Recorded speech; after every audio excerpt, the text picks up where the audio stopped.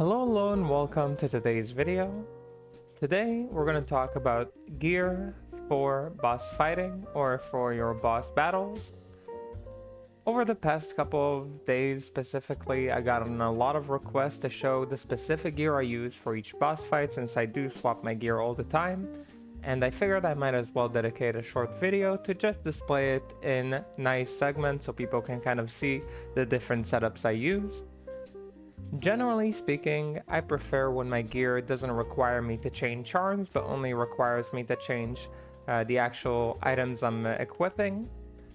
Just because changing charms can be very confusing and can be very annoying. So, generally speaking, my charms are always the same, so I'll start with them. I use a full inventory of shapeshifter charms with both FHR and high lifers. High lifers will be very beneficial to you if you have high levels of lycanthropy, which Maul of course does. And then I use an assortment of 5 Ulras charms. The reason is they're just so powerful, they're so valuable to have. Even if you don't have the flat life on them, they're very good, but getting the flat life of course will again synergize with lycanthropy. For the Annihilus, we're using a 2-skill Annihilus and of course a torch for the Druid class. And that's my charm inventory. That is always staying the same and never gets changed. On the swap, we have a CTA and a lidless shield. The lidless will of course give you more skill points so you're casting at a higher level. This is where you'll cast your bow, your shapeshift, and your spirits. In addition, I like swapping Amara to do all these things before a boss fight starts, like so. Now to the specific gear for each fight, and right now I have a Lucion Gear on because I just did a Lucion service, so let's go over the Lucion Gear. The weapon always stays the same for me. It's the weapon I'm using right now, the Wraith Mangler. Of course, if I update my weapon in the future, I'll use a different weapon, but weapons are just what they are. The highest damage or DPS that you can use, that's usually what you'll have. In addition, this weapon requires a 10 IS gloves, so these stay the same for all the different setups. So these two always stay together. Now for the specific Lucion fight gear, we have a Spirit Keeper. Spirit Keeper is not necessary for the Lucion fight, as it's not as intense, it doesn't require the extra Oak Sage for life, but is just a staple of Maul. This one is slammed with max to lightning resist, which helps us get our maximum cap lightning, with 5 max lightning here and 10 max lightning from the T-Gods to a total of 15. As you can see, we have 92 max lightning resist. So we got a Spirit Keeper. This one has, I think, a simple ED jewel, not a very good one. And all the other stats on it don't really matter, but it does give you FHR and Druid skills. For an armor, we're using Shaft Stop. Ideally, I'd like to use a crafted PDR armor with high PDR, but this is what we have at the moment. Free socket Shaft Stop with a bunch of resistances and some ED jewels as well. So that's what we're using. This of course helps us get to this PDR cap that we're hitting. This does help in the Lucion fight, but you don't have to have it. You can use a Leviathan as well, or other crafted PDR armors. Our initial kill, just for people who are interested how budget you can go, we use the Rock Fleece with max to lightning resist, and I think a 1-socket Spirit Keeper with some PDR. So that was our original setup for Lucion. For the belt, as I said, we're using a T-Gods with 2 max all slam. This is not a necessary bit. You don't have to have the 2 max all. It makes the Thunder Gods a lot more expensive, but you can use an 8 max to lightning, find 5 on one of the other gear pieces like armor or helm, and then find 2 max all on your amulet, for example, like this metal grid I have right here, which has a bad slam but a good 2 max all desecration. In addition, you could use a nature's piece to, I think I have one here, maybe I don't. A nature's piece could close out this max resistances though. So that's what we're using for our belt, the Thunder God's Vigor. For the boots, I'll go over the boots just because it's easier to remember. We're using Agor Riders. These ones have PDR Slam, which we don't necessarily need. We're already at 49 without them, basically. So we don't really need a PDR Slam. You could have a max lightning resist slam on them as well, which could help you max your lightning cap. So there's different ways to solve this little problem. Lucion is not too hard with the things you need to do. Just get PDR, get max lightning absorb if you can from things like Wisp Projector, and you'll be okay. For the rings, we're using 2 BK Death Bands. This is the set BK ring. They give you enhanced damage, lightning resist, which we technically don't need both of them for. We have like enough, but theoretically that could help. They give you enhanced damage though and attack rating, which is great, and up to 8 PDR and up to 11 with the slam. So we have 10 and 11 here that give us quite a nice boost to our PDR. Again, very manageable without. You could use instead a Raven Frost or a Wisp Projector or other rare rings with flat damage on them. All of those would be good.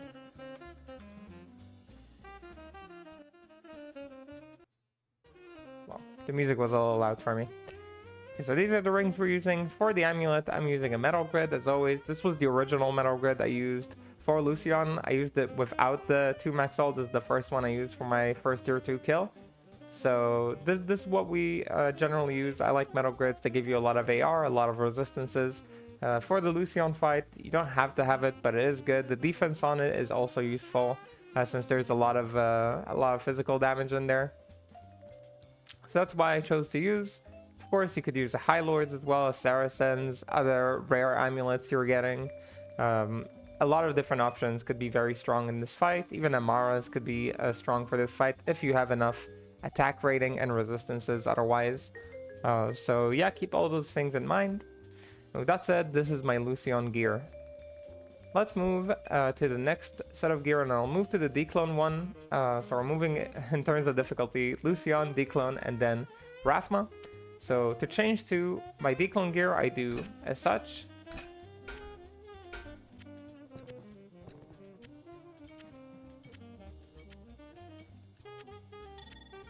So as you can see, I swapped my boots, my helmet, my belt, my 2 rings, and my amulet.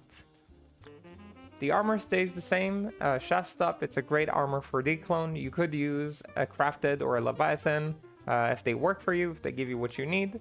But I just use this same Shaft Stop for both.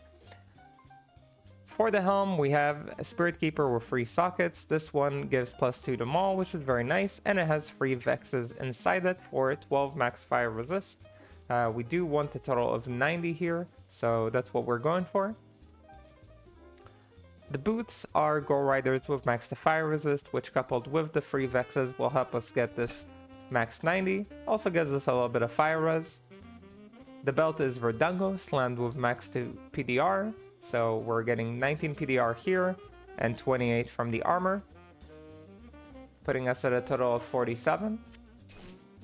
In addition, we have 2 Dwarf Stars, one with 3% to PDR, which helps us get the max PDR, and 6 to Fire Absorb, and another Dwarf Star with 6 to all resistances and 6 to Fire Absorb, giving us 12 Fire Absorption and a lot of flat life as well. Dwarf Stars are great rings for Dclone, because they just give a lot of flat life and the fire absorption, of course.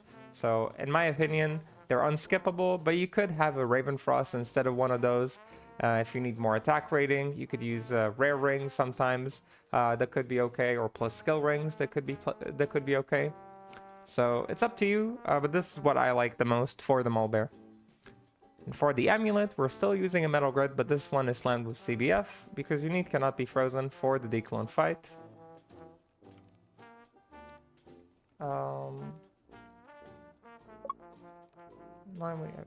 Okay. We'll do the trade at the end of the video. So this is what we're using for the Dclone fight. Spirit Keeper change, Verdango change, 2 Dwarf Stars, Metal Grid, and the Gore Riders. And the gear goals we got are 90 max fire. The resistances should be capped. It's better if they're capped. It's okay if they're slightly below, but don't let them fall off too much. 50 PDR and 12 fire absorption. As you can see, our FHR stays the same. We don't change the breakpoint over here. You could remove this one FHR charm and put like more life on it. I just don't like swapping my charms too much. And now for the bigger change, let's go into the Rathma Gear. And in the Rathma Gear, we of course change everything outside of the weapon and gloves. So let's go ahead and do that.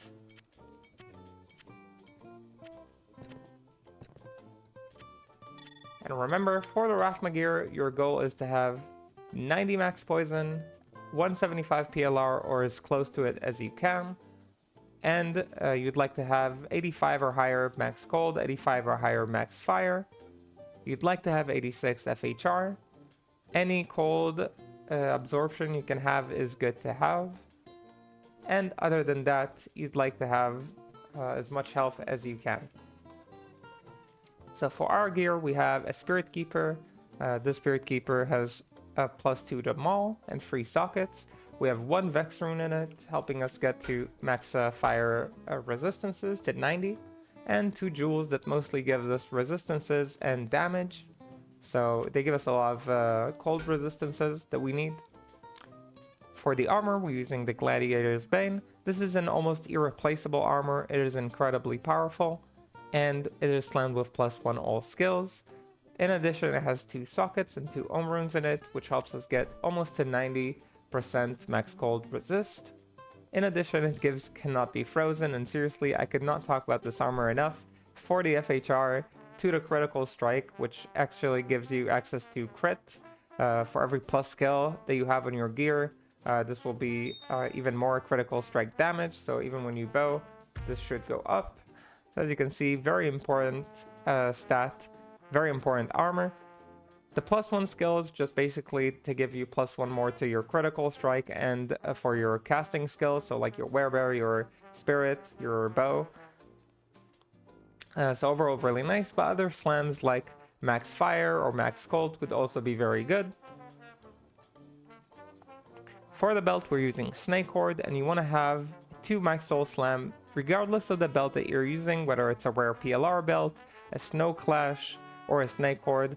All of those, you want to make sure you get a 2 max soul slam. It's incredibly valuable to have it during the Rathma fight because you need 3 different resistances in your like max resistances category. It also gives 50 PLR, which coupled with the Gladiator's Bane already puts us at 100 poison length reduction.